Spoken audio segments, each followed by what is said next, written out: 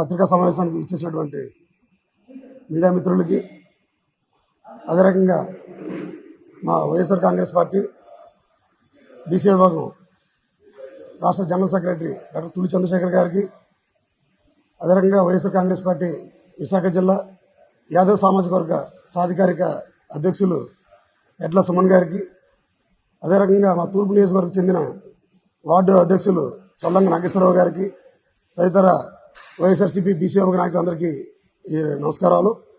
ఈరోజు ప్రత్యేకంగా పత్రికా సమావేశం ఏర్పాటు చేయడానికి గల ముఖ్య కారణం, నిన్న ఆంధ్ర రాష్ట్ర మాజీ మంత్రివర్యులు శ్రీ కారుమూరి నాగేశ్వరరావు గారి కుమారుడు కారుమూరి సునీల్ గారి అక్రమ అరెస్టు గురించి. ఈ సందర్భంగా ఆంధ్ర రాష్ట్ర ప్రజల్ని మేము కోరుకునేది ఒకటే, మీరు గమనించండి. ఈరోజు ఆంధ్ర రాష్ట్రంలో బీసీలు ఉండాల్సిన పరిస్థితి ఏ కొంచెం కూడా లేకుండా ఉంది. అందుకు నిదర్శనంగా ఈరోజు ఏదో రకంగా అయితే బీసీల మీద ప్రతిరోజు, ఒకప్పుడు ఈ సంవత్సరంలో జరిగేది 6 నెలలు జరిగేది, అది కాస్త నెలలో వారాలకి ఈరోజు రోజుకి తీసుకొచ్చారు. ఎందుకాక మొన్న యాదవ్ సామాజిక వర్గం, ఇదే యాదవ్ సామాజిక వర్గం చెందినటువంటి కొంతమంది యువకులు వారి జీవనాధారమైనటువంటి గొర్రెలు కాపరి కాస్తుంటే వాళ్ళని తీసుకొచ్చి ఈ తెలుగుదేశం పార్టీ కార్యాలయంలో చిత్రహింసలకు గురి చేశారు. దానికి నిన్న మహాత్మా జ్యోతిరావు పూలే గారి దగ్గర నిరసన కార్యక్రమం చేపట్టాం. ఒకరోజు కూడా గడవలేదు. నిన్న అదే సామాజిక వర్గం చెందిన బీసీ ముద్దుబిడ్డ యాదవ్ సామాజిక వర్గం చెందినటువంటి కారుమూరి నాగేశ్వర గారి తనయుడు కారుమూరి సునీల్ గారిని అరెస్టు.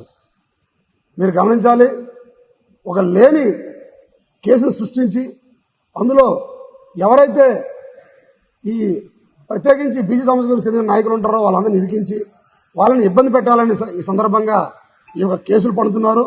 ఈ అక్రమ అరెస్టుని మా వైఎస్ఆర్ కాంగ్రెస్ పార్టీ బీసీ విభాగం తరఫున మేము ఖండిస్తున్నాం. రానున్న రోజుల్లో ఈ రాష్ట్ర ప్రభుత్వానికి బుద్ధి వచ్చే రకంగా బీసీలందరినీ ఏకదాటి మీద తీసుకొస్తాం.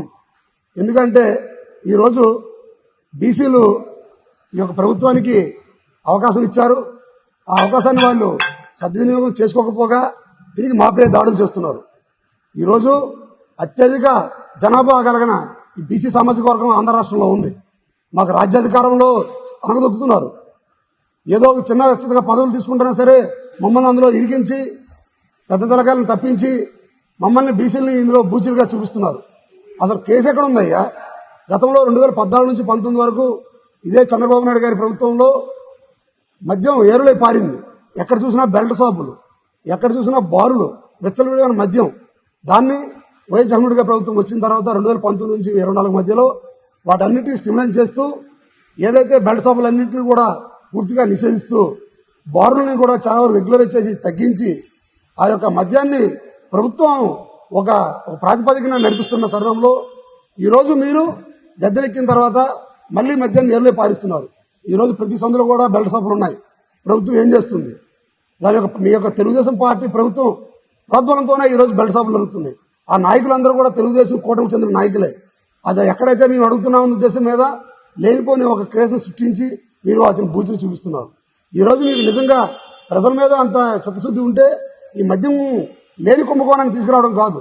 ఈరోజు మీ ప్రభుత్వంలో మీ యొక్క ఎంపీ ఈరోజు విశాఖపట్నంలో ఈ బీచ్లో ఏదైతే కుటుంబ సభ్యులతోని సాయంత్రం ప్రతి మధ్యతరగతి కుటుంబాలు సేదతీరడానికి ఉన్న ఒకే ఒక ఆప్షన్ విశాఖపట్నం బీచ్. అటువంటి బీచ్ని మీరు బారులుగా, క్లబ్బులుగా ఆ యొక్క సాక్స్ అనే పేరు పెట్టి ఈరోజు మద్యాన్ని బీచ్లకు తీసుకొస్తారా? అంటే ఏమి మీ యొక్క మెసేజ్? పైగా విలేకరులు అడుగుతుంటే విశాఖపట్నం ఎంపీ గారు మీరు ఏం సమాధానం చెప్తున్నారండి? పెడితే తప్పేంటేనా? మీరు పెడుతుంది గుడి కడుతున్నారు, బడి కడుతున్నారండి, తప్పేందని అడుగుతున్నారు. ఏదైతే ప్రజలందరూ వారి కుటుంబ సభ్యులతోని సేరతీరడానికి ఆ యొక్క బీచ్ని మీరు మద్యం షాపులుగా శాక్స్ పేరు పెడుతుంటారా? అంటే గోవానే ఆంధ్ర రాష్ట్రంలో విశాఖపట్నం ఒకలాగా భరిస్తారండి. ఇప్పటికే మీరు మీ బుద్ధిలోని ఆలోచనతో విశాఖపట్నంని పూర్తిగా నాశనం చేశారు.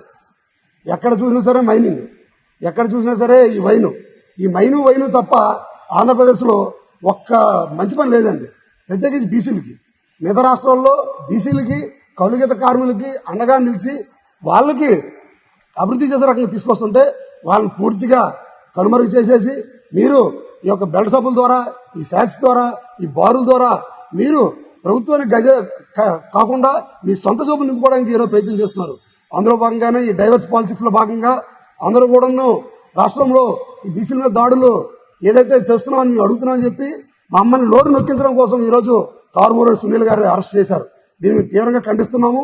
ఈ యొక్క చర్యను కనుక ప్రభుత్వం ఆలోచించి పునరాలోచించకపోతే రానున్న రోజుల్లో బీసీలందరం ఏకదారి మీదకి వస్తాము. మీరు అనుకుంటున్నారేమో బీసీల్లో 56, 136 కులాలు ఉన్నాయి, ఉప కులాలు ఉన్నాయి, వారందరూ విడివిడిగా ఉంటారని చెప్పి మీరు మమ్మల్ని పిల్లిని గదిలో బంధించి ఏ రకంగా పులవుతుందో ఆ రకంగా మీరు మా బీసీల మీద దాడులు జరిపి మమ్మల్ని అందరినీ ఏకదాటి రకంగా తీసుకొచ్చారు. ఈ రకంగా మీ కృతజ్ఞతలు జరుపుతున్నాము. రానున్న రోజుల్లో కూడా ఇదే ఐకమత్యంతో మేము బీసీలందరం ముందుకెళ్లి మీ మీద ప్రభుత్వాన్ని గద్దెదించాల్సిన కృషి చేసి మా రాజ్యాధికారాన్ని మేము సంపాదించుకుంటాం. బీసీలు అంటే ఏంటో మేము చూపించే రోజులు దగ్గరలో ఉన్నాయనే సందర్భంగా ప్రభుత్వాన్ని హెచ్చరిస్తున్నాం.